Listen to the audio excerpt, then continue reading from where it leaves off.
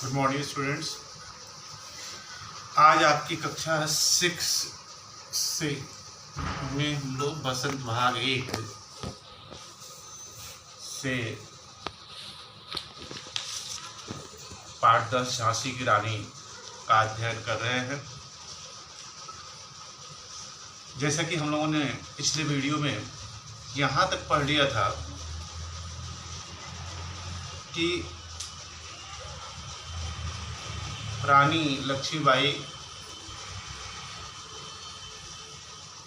बड़ी होती हैं, विवाह होता है, विवाहोपरांत झांसी की रानी बनके लक्ष्मीबाई आती हैं। लेकिन विधाता की लेखनी को कोई टाल नहीं सकता और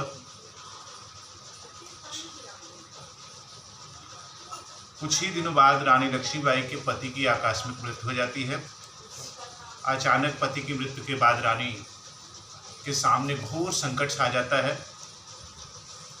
ठीक इसी अवसर का लाभ उठाकर अंग्रेज रानी लक्ष्मीबाई के दुर्ग को अपने आधिपत्य में, अपने अधिकार में लेने का निश्चय करते हैं। उस समय लॉर्ड डलहौजी अपनी सेनाओं को भेज करके झांसी के दुर्ग पर अंग्रेजों का झंडा फहरा देता है। रानी लक्ष्मीबाई के सम्मुख विषम वेदना थी। रानी लक्ष्मीबाई एक तो पति की मृत्यु के बाद स्वयं निसहाय हो गई थी, दूसरी तरफ कोई संतान भी नहीं थी। तीसरी बात, अंग्रेजों ने ठीक उसी समय राज्य पर आक्रमण कर दिया। लेकिन यह वीरांगना अवसर और परिस्थिति दोनों को भांपकर अंग्रेजों से लोहा लेने की ठानती है। देखें आगे कवित्री सुभद्रा कुमारी चौहान ने किस तरह से बड़ा ही सजीव और मार्मिक वर्णन अग्रिम पंक्तियों में किया है। कवित्री लिखती हैं, अनुनय विनय नहीं सुनता, विकट फिरंगी की माया, व्यापारी बंदया चाहता जब यह भारत आया। डलहौजी ने पैर पसारे, अब तो पलट गई काया, राजाओं नवाबों को भी उसने पैरों ठुकराया। रानी दासी बनी यह दासी महारानी थी, वंदे ले हर बोलों के मुँह हमने सुनी कहानी थी। खूब लड़ी मर्दानी वो तो झांसी वाली रानी थी, अनुनय विनय नहीं सुनता है, विकट फिरंगी की माया। कवित्री लिखती हैं कि अनुनय विनय नहीं सुनता।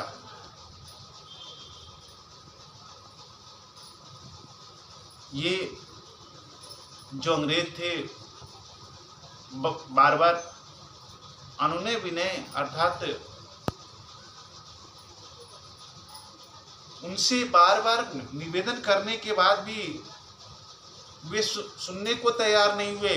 उन फिरंगियों की अर्थात अंग्रेजों की माया बड़ी व्यापक थी। वे अपने सामने किसी को समझते नहीं थे। शुरू में व्यापारी बनकर दया चाहता, जब यह भारत आया। शुरू में लॉर्ड क्लाइव भारत आता है जो एक व्यापारी के रूप में आता है और व्यापार बढ़ाने की तत्कालीन सरकार से अनुमति लेता है। मैं आपको यहाँ थोड़ा सा बता दूं बच्चों कि सन 1600 ईस्वी में लॉर्ड क्लाइव भारत आता है और उससे 1610 के आसपास भारत में व्यापार करने की अनुमति प्राप्त होती है और धीरे धीरे वह भारत को आर्थिक दृष्टिकोण से अपने आधिपत्य में लेता है, गुलाम बनाने लगता है। आप सभी इस बात को जान लें कि यदि किसी भी देश को, किसी भी समाज को अपने आधिपत्य में लेना है, अधिकार में लेना है, तो सबसे पहले उसे आर्थिक दृष्टिकोण से पंगु बनाना। और कुछ ऐसा ही लॉर्ड क्लाइव ने भी किया। देश के पूरे आर्थिक ढांचे पर धीरे धीरे अपने व्यापार के द्वारा वह आधिपत्य जमा लेता है और अंग्रेजों की सेना को साथ लेकर के धीरे धीरे भारत के विभिन्न हिस्सों पर अधिकार भी जमाने लगता है। डलहौजी ने पैर पसारे, अब तो पलट गई काया। डलहौजी ने धीरे धीरे अपने पैर पसारना शुरू किया। अब उसकी पलट गई काया, अर्थात उसकी काया पलट गई। अब उसका अवसर आ गया, उसका सौभाग्यशाली क्षण आ गया, क्योंकि रानी लक्ष्मीबाई के पति की मृत्यु हो गई। रानी दुखी हैं और वह शायद अपने राज्य को बचाने की कोशिश नहीं करेंगी, आत्मसमर्पण करने की इस अवसर की ताक लगा करके डलहौजी ने झांसी पर आक्रमण कर दिया। राजाओं नवाबों को भी उसने पैरों ठुकराया। राजाओं को, नवाबों को, तत्कालीन समय के जो भी राजा थे, नवाब थे, उसने सबको अपने पैरों तले कुचलना शुरू कर दिया, अर्थात अपने अधिकार में लेना शुरू कर दिया। रानी दासी बनी बनी यह दासी अब महारानी थी। अब अवसर ऐसा आ गया कि जब रानी लक्ष्मीबाई अंग्रेजों के सम्मुख आत्मसमर्पण कर देती तो दासी बनकर रह जाती। लेकिन रानी लक्ष्मीबाई ने तत्कालीन परिवेश में निर्णय लिया कि नहीं, मैं अंग्रेजों की दासी नहीं बनूंगी, मैं झांसी की महारानी बनूंगी और अंग्रेजों के सम्मुख लोहा लूंगी, अर्थात डटकर सामना करूंगी।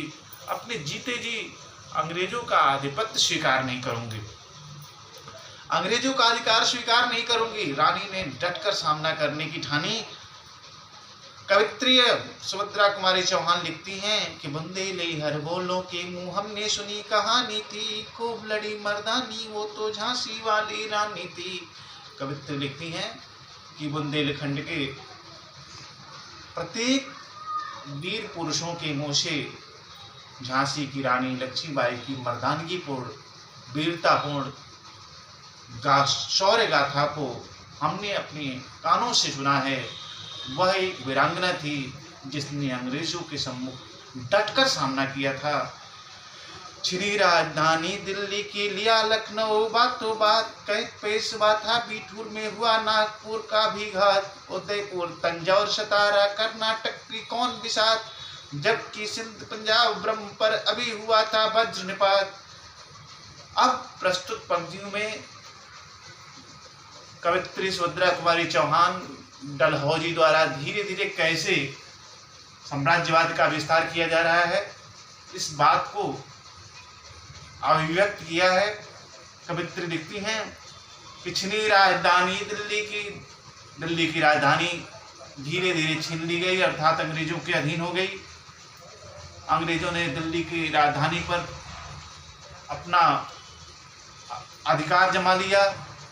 बातों ही बात में लखनऊ पर भी अधिकार जमा लिया, अर्थात बहुत कम मशक्कत किया। लखनऊ पर भी उस समय नवाबों का राज था और तत्कालीन परिवेश में बड़ी शीघ्रता के साथ बड़ी आसानी से लखनऊ पर भी अधिकार जमा लिया। कैद पेशवा था बिठूर में पेशवा बाजीराव को कैद बना दिया जाता है और नागपुर राज्य पर भी प्रतिघातपूर्ण घात लगाकर अंग्रेज जो है अधिकार जमा लेते हैं।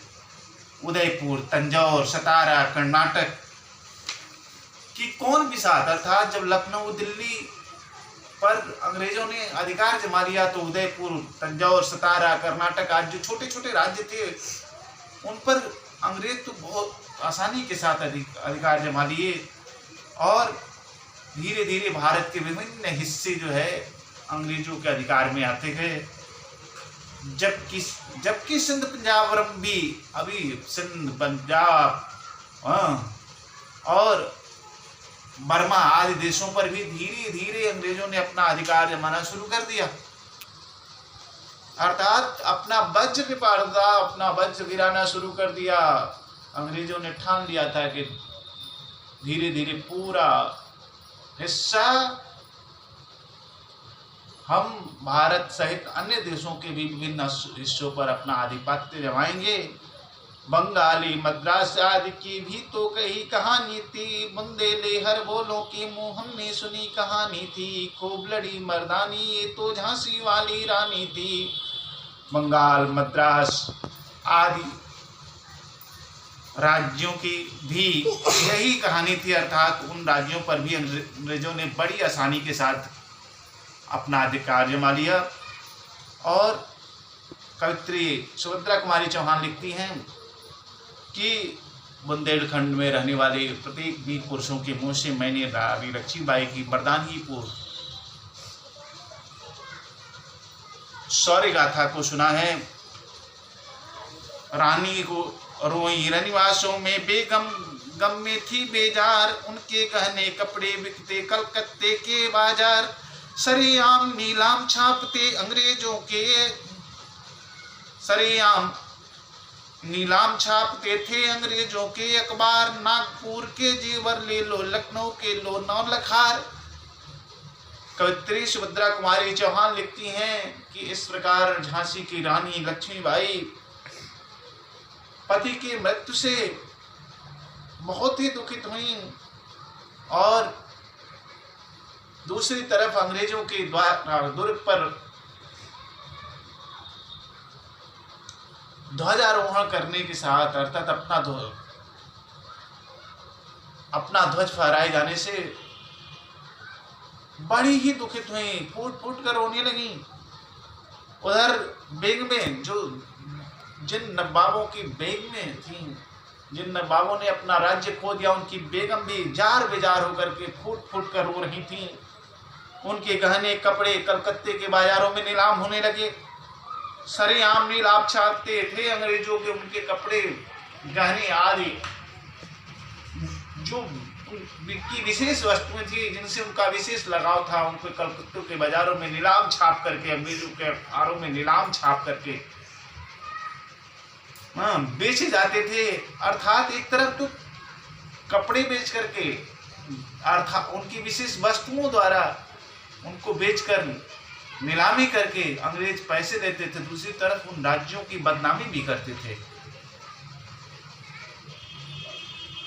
उनके इश्तहार कुछ इस तरह होते थे, उनकी नीलामी की पंक्तियां कुछ इस तरह होती थी, नागपुर के जेवर ले लो, लखनऊ के ले लो नौलखार, नागपुर के रानी की आभूषण हैं इन्हें ले लो, लखनऊ की बेगम के नौलखा हार हैं इन्हें ले लो। और इस प्रकार अंग्रेज उन राज्यों की रानियों तथा के आभूषणों को नीलाम भी करते और उनकी तौहीन भी करते, अर्थात उनके उपहास भी उड़ाते थे, अपमानित किया करते थे। कवित्री लिखती हैं, यों पर्दे की इज्जत परदेसी के हाथ बिकानी थी, बुंदेले हर बोलों के मुंह हमने सुनी कहानी थी, खूब लड़ी मर्दानी ये तो झांसी वाली रानी थी। कवित्री सुभद्रा कुमारी चौहान ने प्रस्तुत पंक्ति में व्यक्त किया है कि जो भारत की महिलाएं पर्दे के पीछे रहकर जिनकी इज्जत की रक्षा उस समय तत्कालीन नवाब राजा लोग किया करते थे, आज उनकी इज्जत सरेआम बाजारों में बेची जाती थी। भारत के लिए बड़ा ही शर्मसार करने वाला क्षण था। अंग्रेज विभिन्न तरीकों से भारतीय वीरांगनाओं को अपमानित करते थे, तो जो पर्दे की इज्जत परदेसी के हाथ बगानी थी। इस प्रकार ऐसी विषम परिस्थिति थी कि जो पर्दे के पीछे रहने वाली भारतीय नारियां थी, वीरांगनाएं थी, वो परदेसी के हाथों उनकी इज्जतें नीलाम होती थी, अर्थात उनके जेवर कपड़े इत्यादि नीलाम होते थे। भारत उस समय तत्कालीन परिवेश में इस अपमान के घुट को पी रहा था।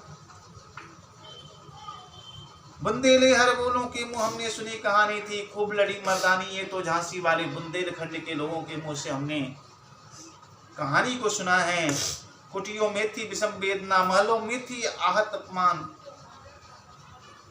कुटियों में थी विषम वेदना, महलों में आहत अपमान। वीर सैनिकों के मन में था अपने पुरखों का अभिमान। नाना धुंधु पंथ पेशवा जुटा रहा था सब सामान। बहन छबीली ने रणचंडी का कर दिया प्रकट आह्वान।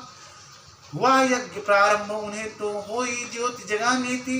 मुंडेले हर बोलों के मुंह हमने सुनी कहानी थी। खूब लड़ी मर्दानी यह तो झांसी वाली रानी थी। कुटियों में थी विषम वेदना, महलों में आहत अपमान। उसमें कुटियों में विषम वेदना थी, महलों में आहत अपमान, अर्थात महलों में कैद होकर के अपमानित स्त्रियां उस अपमान के घुट को पी रही थी। वीर सैनिकों के मन में था अपने पुरखों का, वीर सैनिकों के मन में अपने पुरखों का अभिमान जीवंत था। नाना धुंध पेशवा जुटा रहा था सब सामान। नाना धुंधुपत पेशवा बाजी रहा है। और जो उस समय वीर सैनिक थे वे सभी अंग्रेजों से लोहा लेने के साजो सामान को जुटा रहे थे। बहन छबीली ने रणचंडी का कर दिया आह्वान। उस समय छबीली अर्थात इस वीरांगना बहन ने रणचंडी बनकर युद्ध की रणभेरी बनाने का निश्चय कर दिया, युद्ध का आह्वान कर दिया, अंग्रेजों को ललकारा। मैं जीते जी तुमसे पीछे हटने वाली नहीं हूं। और उसमें जितने भी इनके निकटस्थ करीबी राजा थे उनको आह्वान किया कि आप मेरा साथ दें, मैं अंग्रेजों से डटकर मुकाबला करूंगी। धुंधुपति नाना साहब, पेशवा बाजीराव इत्यादि ने इनका भरपूर सहयोग दिया और इस प्रकार अंग्रेजों से युद्ध की रणभेरी बच गई। हुआ यज्ञ प्रारंभ उन्हें तो सोई ज्योति जगानी थी। बुंदेले हर बोलों के मुंह हमने सुनी कहानी थी। खूब लड़ी मर्दानी यह तो झांसी वाली रानी थी। कवित्री लिखती हैं कि इस प्रकार युद्ध की अग्नि प्रज्वलित हो गई। झांसी वीर भूमि थी। झांसी की रानी को केवल वहां वीरता की अलख जगानी थी, ज्योति जगानी थी। झांसी के वीर सपूत उस यज्ञ की ज्वाला में प्राणाहुति देने के लिए तत्पर हो गए। सबने आगे बढ़कर अंग्रेजों से लोहा लेने की ठानी। विकराल युद्ध प्रारंभ हो गया। कवित्री लिखती हैं कि हमने बुंदेलखंड के प्रत्येक वीर पुरुषों के मुंह से रानी दक्षिणबाई की वीरतापूर्ण मर्दानगीपूर्ण शौर्य गाथा को सुना है।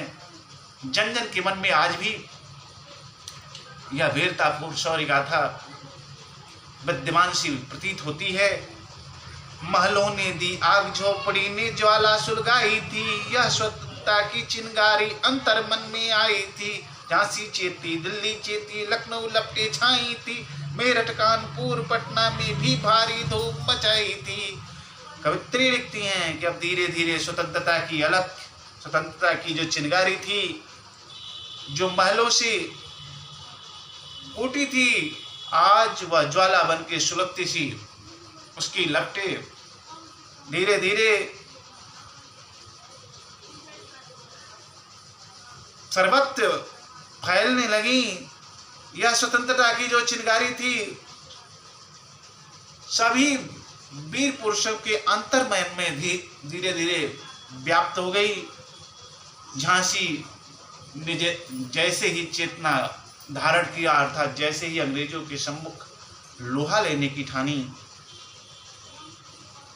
ठीक उसी समय दिल्ली में भी चेतना जागृत हुई। लखनऊ में भी स्वतंत्रता की लपटें धीरे धीरे पहुंच गईं। मेरठ, कानपुर, पटना में भी स्वतंत्रता की लपट पहुंचने लगी और सबके मन में स्वतंत्रता की धीरे धीरे अलग जागृत होने लगी।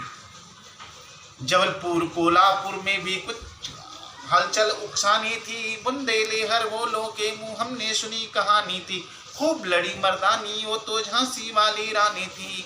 कवित्री लिखती हैं कि जबलपुर कोल्हापुर में भी यह हलचल जो है विद्यमान सी प्रतीत होने लगी और रानी लक्ष्मीबाई की वीरतापूर्ण कहानी जन जन के मन में व्याप्त होने लगी। सबके मन में यह हो गया कि रानी लक्ष्मीबाई ने विषम परिस्थितियों में देखी अपने कर्मभूमि की रक्षा के लिए कैसे अपने प्राण पर न्यौछावर करने की ठान ली है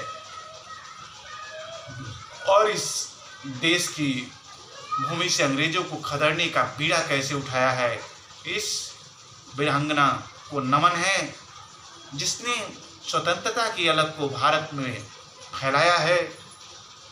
इस स्वतंत्रता महायज्ञ में कई वीर वर आए काम, नाना धुंध पंथ तातिया चतुर अलीमुल्ला सरनाम, अहमद शाह मौलवी ठाकुर कुंवर सिंह सैनिक अविराम, भारत के इतिहास गगन में अमर रहे इन जिनके नाम।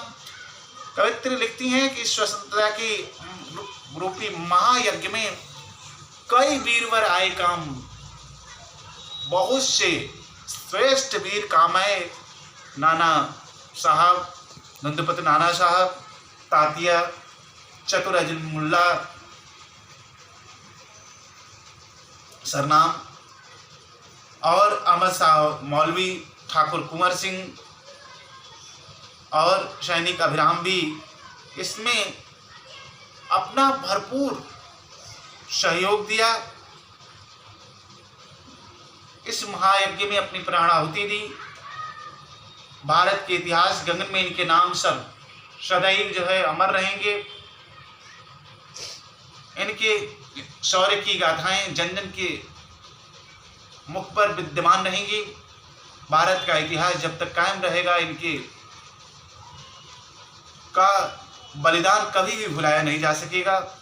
लेकिन आज जुर्म कहलाती जिन उनकी जो कुर्बानी थी, बंदे लिए अरबों के मुंह हमने सुनी कहानी थी, खूब लड़ी मर्दानी वह तो झांसी वाली रानी थी। कवित्री प्रस्तुत काव्यांश में लिखती हैं कि लेकिन आज जुर्म कहलाती, लेकिन आज उन वीर पुरुषों की का जो बलिदान है उसे लोग जुर्म कहते हैं, अपराध कहते हैं। आज उनकी कुर्बानी को, उनके शहादत को लोग अपराध कहते हैं। कवित्री को के मन में क्षोभ है। जैसा कि आज आप देखते होंगे हमारे जो वीर सैनिक हैं, सेनाओं पर भी राजनीतिक लोग राजनीति करते रहते हैं और उनकी शौर्य गाथा पर भी प्रश्न चिन्ह उठाते रहते हैं। कवित्री ने शायद इसी ओर तत्कालीन परिवेश का ध्यान आकर्षित किया है कि उस समय भी लोग रानी लक्ष्मीबाई के द्वारा किए गए इस वीरतापूर्ण कार्य को अपराध की श्रेणी देते थे। में रखते हैं जो रानी लक्ष्मीबाई के लिए ही नहीं, देश के लिए भी बहुत शर्मिंदगी भरा था। रानी लक्ष्मीबाई ने कुर्बानी दी थी। रानी लक्ष्मीबाई ने अपनी कर्मभूमि के लिए कुर्बानी दी थी, जो सदैव याद रखने योग्य थी।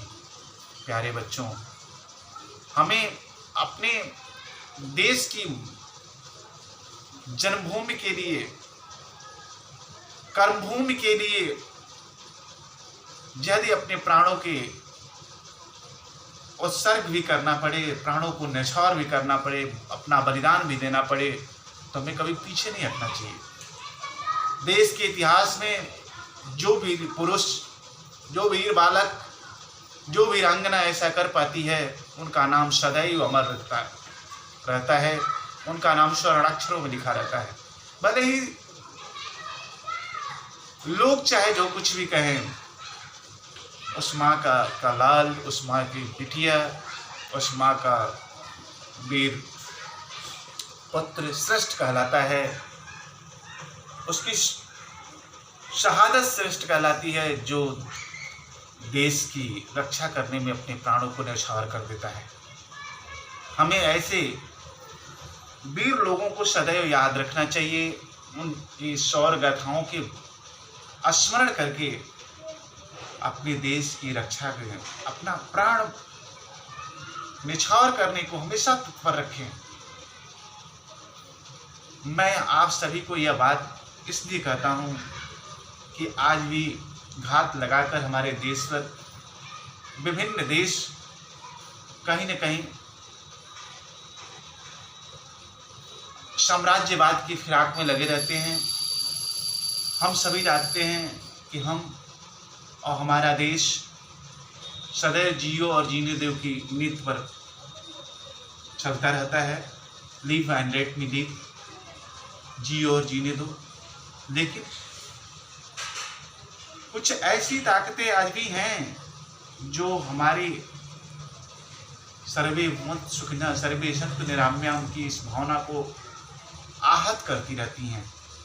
इसलिए प्यारे बच्चों, इस रानी लक्ष्मीबाई के पाठ से सदैव अपने मन में यह सीख लेनी है, चाहे दुनिया चाहे जो कुछ भी कहे, जब देश हित में, समाज के हित में हमारा कोई भी सहयोग सार्थक होता है, हमारा जीवन धन्य होता है।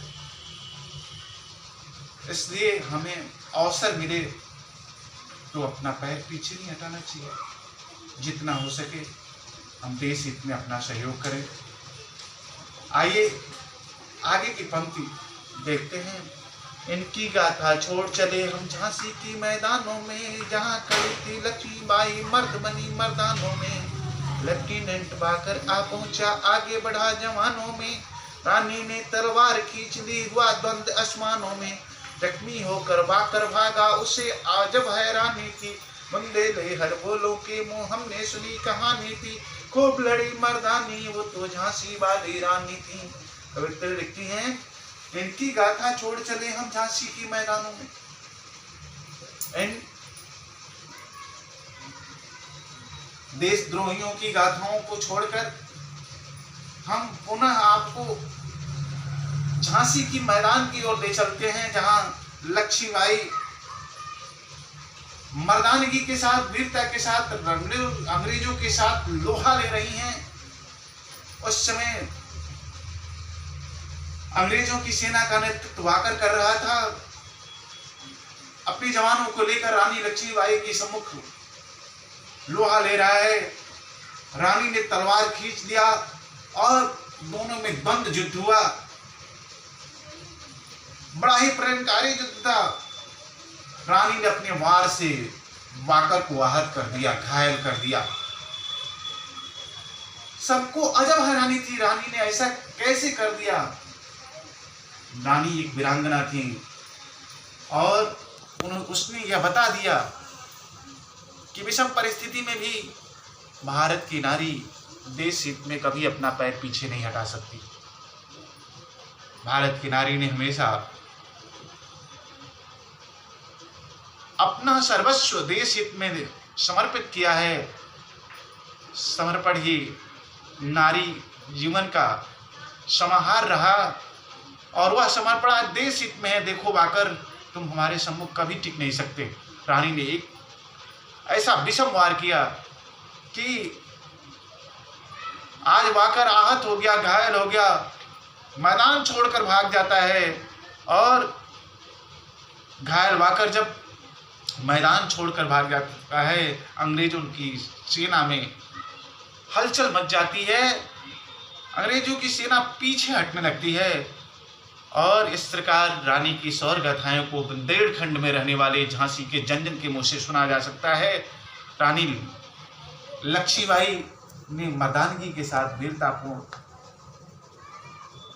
कर्तव्य दिखाते हुए अंग्रेजों से लोहा लिया। यह आज भी झांसी के रहने वाले जन जन के मन में विद्यमान है। कवित्री अगले काव्यांश में लिखती हैं कि रानी बढ़ी काल पी आई कर सौ मील निरंतर पार, घोड़ा तक कर गिरा भूमि पर गया स्वर्ग तक काल सिधार।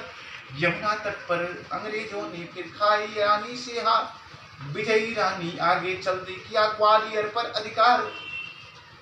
रानी लक्ष्मीबाई ने अपनी दुहत्ती तलवार से अंग्रेजों को काटती हुई कालपी की तरफ बढ़ी और निरंतर 100 मील की दूरी को तय करती हुई आगे बढ़ रही थी कि घायल जो उनका घोड़ा था थक कर गिरा और तत्काल ही मृत्यु को प्राप्त हो गया। यमुना तट पर अंग्रेजों ने खाई फिर रानी से हार। यमुना के तट पर आज अंग्रेजों ने फिर से रानी से हार मान ली, रानी से हार खाई। विजयी रानी आगे चल दी या ग्वालियर पर अधिकार, विजयी रानी आगे बढ़ करके ग्वालियर पर उन्होंने अधिकार जमाया, जिस पर अंग्रेजों ने अधिकार जमा लिया था। आज रानी ने उनके चंगुल से ग्वालियर को छुड़ा दिया। अंग्रेजों के मित्र सिंधिया ने छोड़ी रत्नानी थी, बुंदेले हर बोलों के मुंह हमने सुनी कहानी थी, खूब लड़ी मर्दानी ये तो झांसी वाली रानी थी। आज अंग्रेजों के मित्र जो सिंधिया थे उसने ग्वालियर की राजधानी छोड़ दी थी। उन्हें उनकी राजधानी सौंप करके रानी लक्ष्मीबाई आगे बढ़ती हैं। बुंदेलखंड में रहने वाले जन जन के मुंह से आज भी रानी लक्ष्मीबाई की मदानीपुर शौर्यगाथा को सुना जा सकता है। सुभद्रा कुमारी चौहान अग्रिम काव्यांश में लिखती हैं कि विजय मिली पर अंग्रेजों की फिर सेना गिर आई थी, अब के जनरल स्मिथ सम्मुख था, उसने मौके खाई थी, कान्हा और मंदरा सखिया रानी के संग आई थी, युद्ध क्षेत्र में उन दोनों ने भारी मार मचाई थी। कवित्री लिखती हैं कि विजय मिली पर अंग्रेजों ने की फिर सेना गिर आई थी। रानी लक्ष्मीबाई को एक के बाद एक दूसरी विजय मिलती जा रही थी, लेकिन अंग्रेजों की विशाल सेना थी। आज अंग्रेजों ने पुनः जो है कि रानी लक्ष्मीबाई को चारों तरफ से घेर लिया। अब बाकर के बाद जनरल स्मिथ सेना का नेतृत्व करता हुआ रानी के सम्मुख आया। उसे भी रानी की मुंह की खानी पड़ी, अर्थात उसे भी पराजय मिली, क्योंकि कान्हा और मंदरा सखिया रानी के संग आई थी। रानी की 2 सहेलियां थी, कान्हा और मंदरा। उन्होंने रानी का युद्ध क्षेत्र में भरपूर सहयोग दिया और दोनों ने रानी लक्ष्मीबाई का सहयोग देते हुए रण क्षेत्र में कहर मचा दिया और इन तलवारों से अंग्रेजों को काटते हुए पराजय की तरफ अग्रसर कर दिया। आज दोनों सखियों ने युद्ध क्षेत्र में भारी मार मचाई थी, सर्वत्र हाहाकार मच गया, भारी मार मचाई और इस प्रकार अंग्रेजों की पैर छूट गए। अंग्रेज सेना जो है भाग खड़ी हुई, पर पीछे रोज आ गया हाय गिरी अब रानी थी, बुंदेले हर बोलों के मुंह हमने सुनी कहानी थी, खूब लड़ी मर्दानी अब वह तो झांसी वाली रानी थी। लेकिन पीछे अंग्रेजों का दूसरा सेनापति यूरोज आया। अब रानी पुनः जो है चौतरफा गिर गई। बुंदेलखंड के लोगों के मुंह से रानी की शौर्य गाथाएं, मर्दानी की पूर्ण गाथाएं आज भी सुनी जा सकती हैं। कवित्री लिखती हैं कि तो भी रानी मार काट कर चलती बनी सैन्य के पार, किंतु सामने नाला आया था या संकट विषम अपार, घोड़ा अड़ा नया घोड़ा था इतने में आ गए सवार, रानी एक शत्रु बहु तेरे होने लगे वार पर वार, घायल होकर गिरी सिंघनी उसे वीर गति पानी थी, बंदे ने हर बोलों की मुंह हमने सुनी कहानी थी, खूब लड़ी मर्दानी वह तो झांसी वाली रानी थी। कवित्री लिखती हैं इस प्रकार, तो भी रानी मार काट कर चलती बनी सैन्य के पार, लेकिन जैसे ही रोज चारों तरफ से सेना लेकर के रानी को घेरने का प्रयास करता है, रानी अपने दुहत्ती हाथ तलवार से काटती हुई उसकी सेना सबको पार करती हुई आगे बढ़ जाती हैं, लेकिन उसी समय एक विषम संकट आ जाता है जिसको पार पाना शायद रानी के लिए संभव नहीं था। एक बहुत बड़ा नाला सामने आ जाता है और शायद रानी के लिए बहुत ही विषम संकट था। घोड़ा अड़ा, नया घोड़ा था, इतने में आ गए सवार। घोड़ा जो है अड़ गया, वह चलने को तैयार नहीं था, वह भागने को तैयार नहीं था। और ठीक उसी समय अंग्रेजों के बहुत से घुड़सवार रानी को घेर लिए। रानी एक शत्रु बहुत तेरे होने लगे वार पर वार। रानी एक अकेली थी और शत्रु बहुत से थे, वार पर वार होने लगे। रानी उन वारों का जवाब देने लगी। घायल होकर गिरी सिंहनी, उसे वीर गति पानी थी आज। या वीरांगना वीर सिंहनी घायल होकर गिर जाती है, अब उसे निश्चित ही वीर गति पानी थी। बिल्कुल हर बोलों के मुंह हमने सुनी कहानी थी, खूब लड़ी मर्दानी उस वह तो झांसी वाली रानी थी। आज रानी बुरी तरह से घायल हो जाती हैं और जब घायल हो जाती हैं तो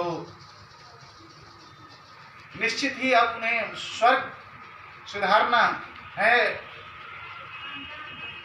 रानी की इस वीरतापूर्ण कहानी को, इस शौर्य गाथा को आज भी कवित्री लिखती हैं कि झांसी के जन जन के मुंह से सुना जा सकता है।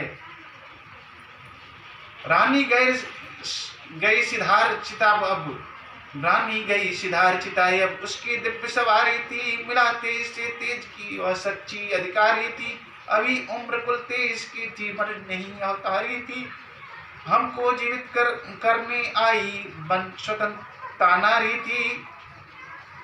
रानी गई सिधार चिताई, अब उसको दिव्य सवारी थी। रानी ने कहा, देखो, अपने तत्कालीन सिपह सलारों से कहा, सुनो, मैं नहीं चाहती कि मेरी लाश को, मेरी इस घायल शरीर को अंग्रेज छूने पाए। इससे पहले कि मेरे प्राण निकलें, मेरी चिता सजाओ, मैं अपना प्राण छोड़ना चाहती हूँ। अंग्रेजों के वफादार सैनिकों ने रानी को बुरी तरह से घायल किया था, लेकिन आज रानी ने, देखिए, अंतिम समय भी अंग्रेजों को अपनी लाश को छूने का अधिकार नहीं दिया। आज उन्होंने कहा, देखो, मेरी चिता सजाओ और तुरंत शीघ्रता के साथ मुझे उस चिता पर समर्पित करो, क्योंकि कुछ ही क्षण बाद मैं स्वर्ग सिधार जाऊंगी। रानी गई स्वर्ग सिधार। रानी ने अपना प्राण छोड़ा, आज वह स्वर्ग सिधार गई। उसकी दिव्य सवारी थी, ऐसा लगता था कि मैं कर्मभूमि की रक्षा करते हुए वह स्वर्ग को सिधार गई। उसके लिए स्वर्ग से आज दिव्य सवारी आई हो। मिला तेज तेज से तेज, तेज की सच्ची अधिकारी थी। आज वह तेज से तेज मिला, अर्थात वह दिव्य आत्मा जो थी, परमात्मा की दिव्य आत्मा से मिल गई। वह उस तेज की अधिकारी थी, क्योंकि इस भारत भूमि से पर बहुत से लोग जन्म लेते हैं, लेकिन उनमें से कोई एक वीर पुरुष होता है, एक वीरांगना होती है जो देश हित में काम आती है। उसका यह शरीर देश हित में काम आता है। वह सच्चा पुरुष होता है, वह सच्चा वीर सैनिक होता है, वह सच्ची वीरांगना होती है, जिसके लिए देश का बच्चा बच्चा बड़े फक्र से देश हित में जयनात करता है। कवित्री लिखती हैं कि उस समय रानी की आयु कुल 23 वर्ष थी। वह मनुष्य नहीं अवतारी थी, वह मनुष्य नहीं थी, बल्कि कोई अवतारी पुरुष थी, अवतारी महिला थी। और हमको जीवित करने आई स्वतंत्रता के, वह मानव के रूप में हमारे बीच स्वतंत्रता की अलग जगाने वाली एक नारी के रूप में आई थी। दिखा गई पथ सिखा गई हमको जो सीख सिखानी थी।